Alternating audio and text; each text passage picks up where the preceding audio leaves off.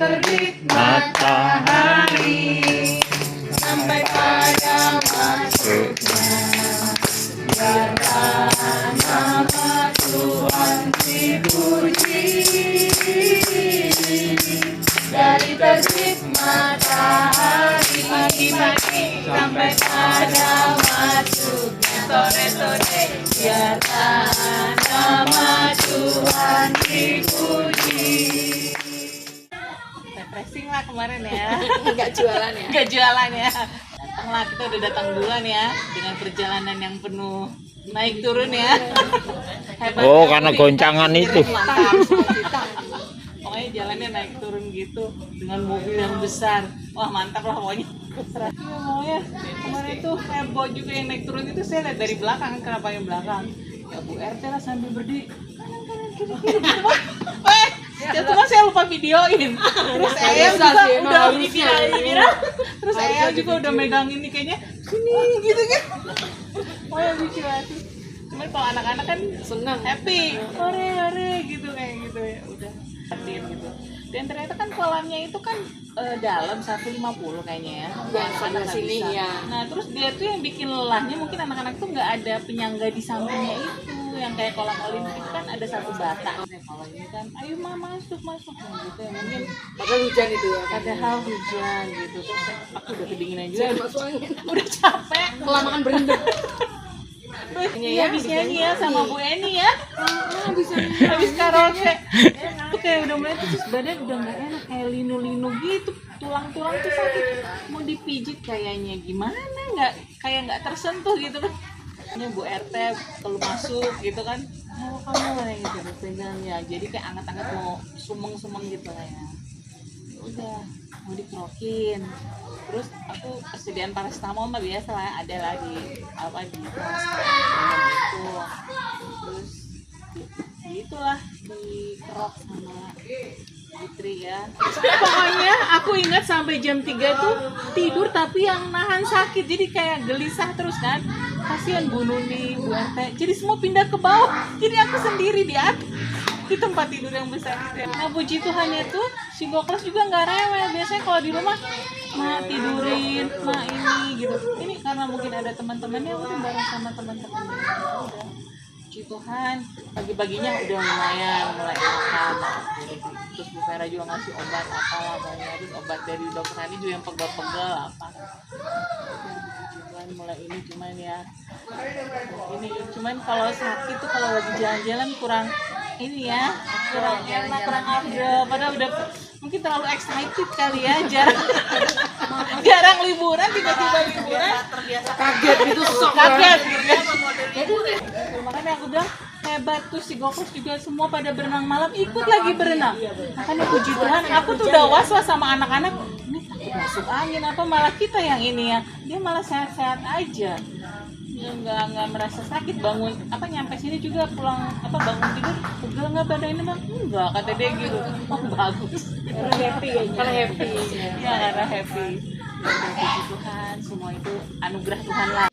Saya itu dapat tugas gitu Kamis persekutuan doa, seharusnya Bu Tina yang tugas. Sore itu tuh Bu Tina minta tolong digantiin.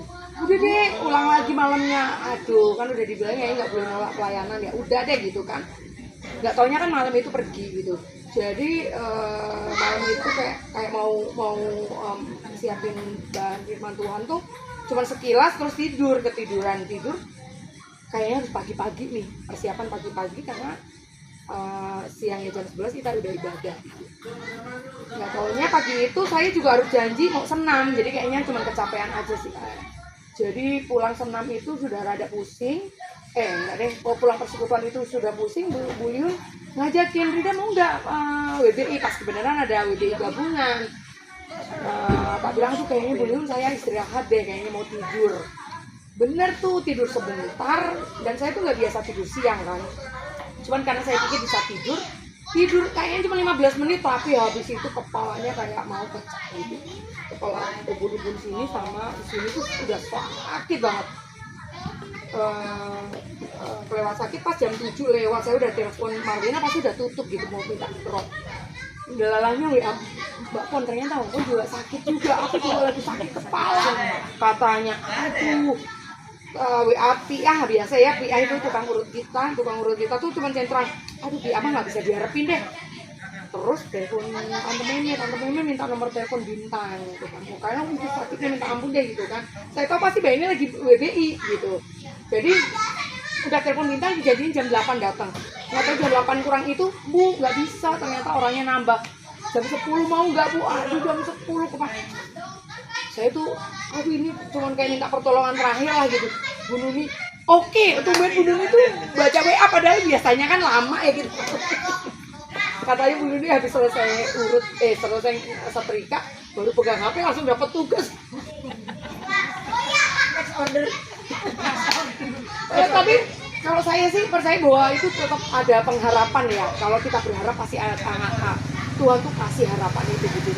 Jadi saya karena sakit kepala itu kan, aduh mau minta tolong siapa, nggak enak lah saya minta tolong. Bu Nuni langsung oke, ya udah puji Tuhan. Pas Bu Nuni, Bu Rida tapi aku nggak bisa ngerok, ya udah nggak apa-apa deh, kayaknya cuma butuh sentuh. Minta dikerok aja lah kayaknya. Sembarangan nggak rapi. Ya sembarangan udah nggak apa-apa deh gitu. Jam berapa Ibu Nuni? Si PA itu nelpon, baru dapat separuh si PA itu nelpon, Cik saya OTW tapi saya beli makan dulu ya. Aduh Tuhan terima kasih deh gitu. Ya itulah saya yakin dan percaya tuh pertolongan itu pasti ada sih. Yang penting kita berusaha aja. Harusnya nggak begini jalannya gitu. Kenapa jadi begini? Dan itu membuat saya marah 2 hari. Jadi akhirnya saya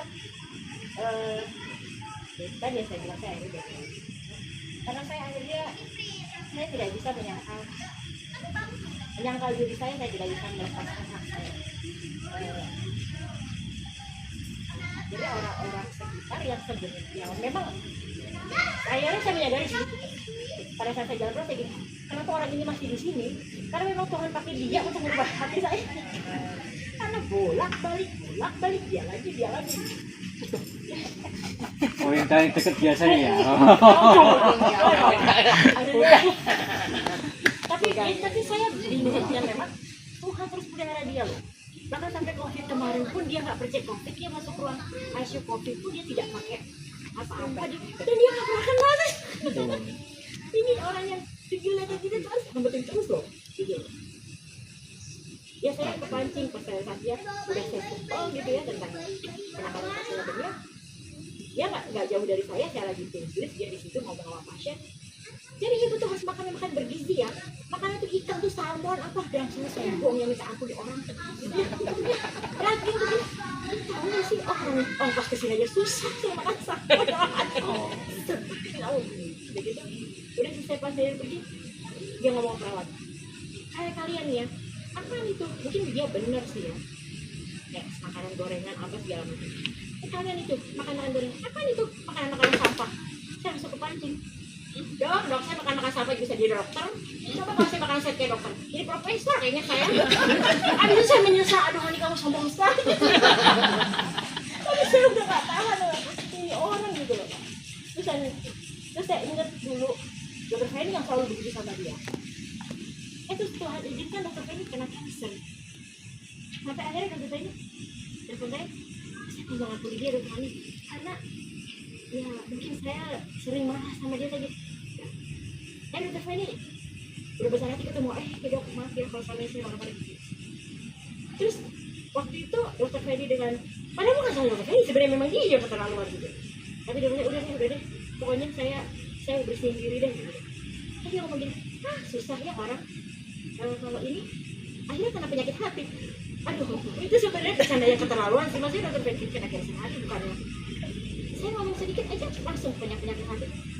Sampai ini orang bener-bener. Jadi, nah itu tadi yang saya bilang. Ketemu lagi dia, tapi ya saya akhirnya gini yang Tuhan kita taruh itu terus di situ. Dia bisa banget saya. Hanya saya menyangkal diri saya bahwa saya lebih senior dari dia, saya lebih tahu dari dia. Itu saya nggak bisa.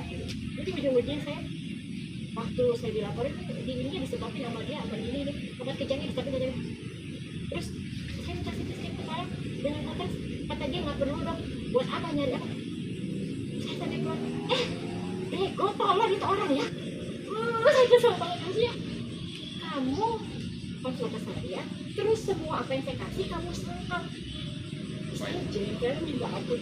Saya makin aduh, saya langsung Tuhan kok gini amat ya gitu. Jadi tapi akhirnya saya memang menyangkal bahwa saya lebih tahu dari dia, itu saya susah banget ya. Dan saya tidak marah, maksudnya saya berhak marah loh karena pengobatan saya diganti sama dia.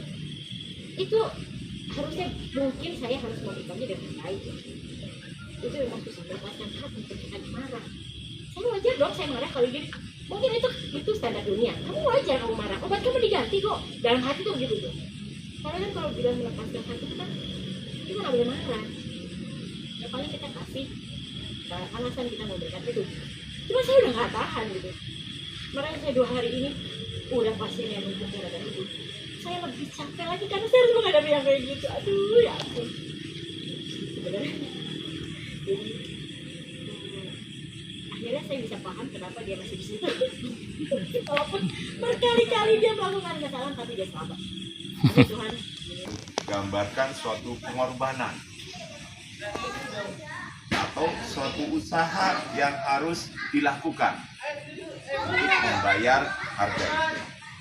Tapi sebelum kita lanjut, saya mau kenapa kita menjadi murid Kristus, tapi kenapa kita pengen mengikuti Kristus atau mengambil tindakan untuk menjadi pengikut Kristus. Dan kita sebagai orang percaya, kenapa kita hidup untuk mengutamakan Kristus? Kadang-kadang suka ada pertanyaan itu kan, apa ya saya mengutamakan Kristus? Kita mau baca dulu sebagai pelajaran buat kita, pengetahuan buat kita semua, yang kenapa kita sebagai orang percaya harus hidup pengutamaan Kristus, yaitu firman-Nya diambil di Kolose 1 ayat 15 sampai dengan 22. Untuk orang yang masih ada, karena kan kita diajar untuk tidak berdoa kepada orang yang sudah meninggal, ya kan? Karena memang ada satu jarak yang jauh dan ada satu pembeda.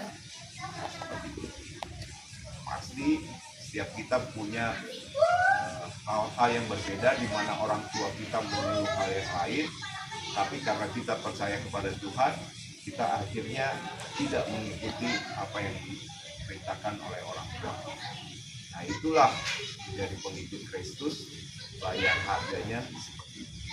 Tapi yang penting akhirnya orang tua kita mengakui kita, akhirnya orang tua kita malah menganggap, oh, kamu setelah menjadi pengikut Tuhan, hidupnya jadi berbeda ya. Itu yang harus kita tunjukkan. Akhir itu yang harus kita tunjukkan. Mungkin awalnya kita menjadi pengecewakan, tapi di akhir ya kita harus tunjukkan bahwa pengikut Kristus adalah yang seperti itu.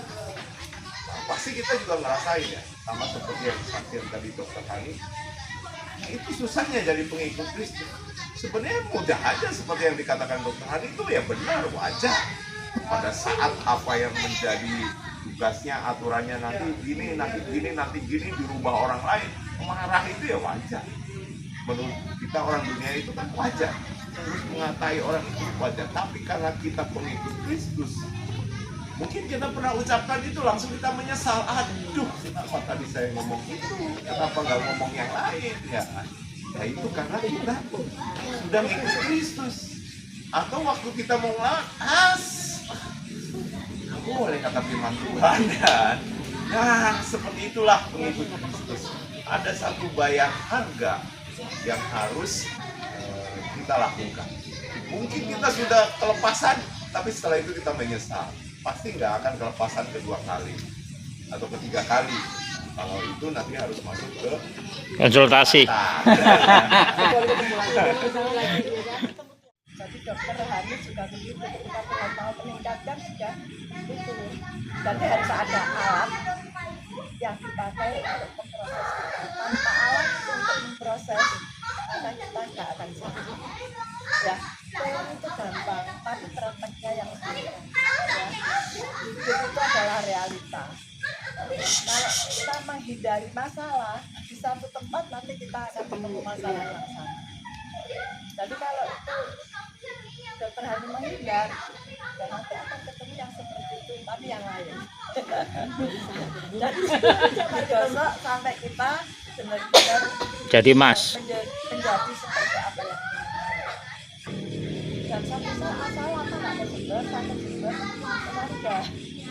Yang sini wajar, yang sini wajar.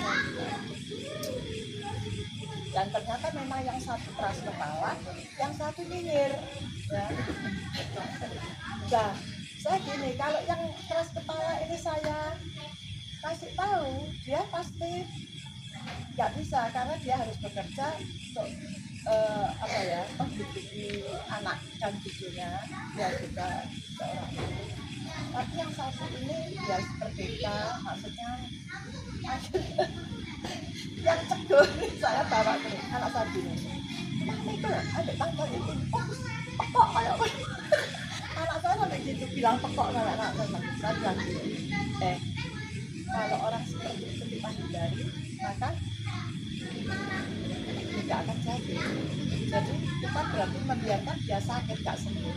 Ada sahabat cuma 4 hari 4 malam di situ kalau sudah dia waktu gitu misalnya Mama coba baca di sini, saya suruh baca di Kolose 3 manusia baru.